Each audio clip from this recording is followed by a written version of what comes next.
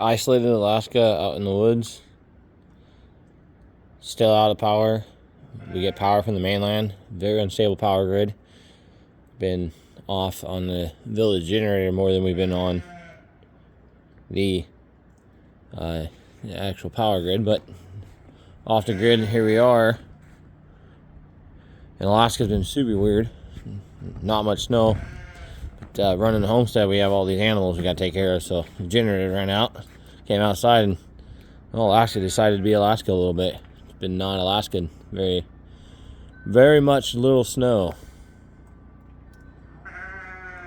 But we've been dealing with gale force winds and big storms and trees falling down. How is she still up? Darla!